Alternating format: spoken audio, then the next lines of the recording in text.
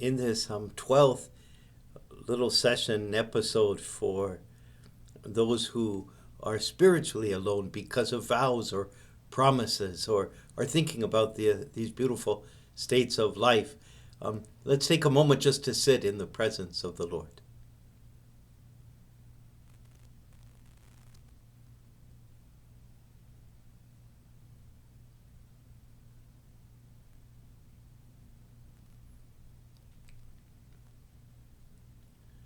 The quotation that I've chosen comes from Karl Rahner. It's a little bit longer than I normally have. We should always bear in mind that the God in all his reality to whom we reach out in all acts of love is a God of love, of supremely free love. Hence we cannot accept and affirm him simply by loving him. We must also freely love and accept all other spiritual beings to whom he reveals himself. In other words, the persons we love form a direct line of communication to God. The world is always the starting point for our relationship to God.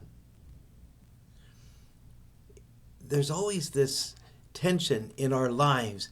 Our vows in some ways separate us from people. These promises of celibacy separate us from people in the sense that we have to be careful that we don't send mixed messages. We have to be careful that our hearts are kept for the Lord, and and our fantasy life doesn't chase after people who are attractive to us and that we're attracted to. And so we have to be so aware that our hearts do look to love other people.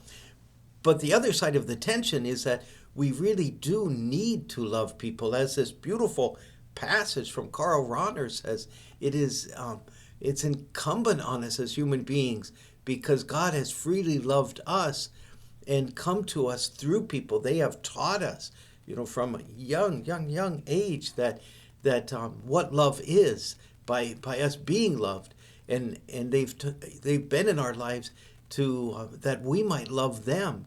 And somehow in all of that, we've discovered through the grace of God that God loves us and that God's love is supreme in our lives.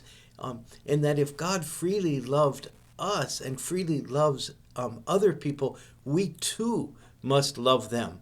And so as the other side of the tension is to really deeply and powerfully love other people and allow that love that we receive from them and that we give to them to be this direct line of communication, as Rahner says, with the God who loves beyond all things. And in our aloneness, that can be a tremendous consolation, because it's not that our lives are closed in to a cold and distant world from other people, but rather we are loving people with something of the same love God has for them.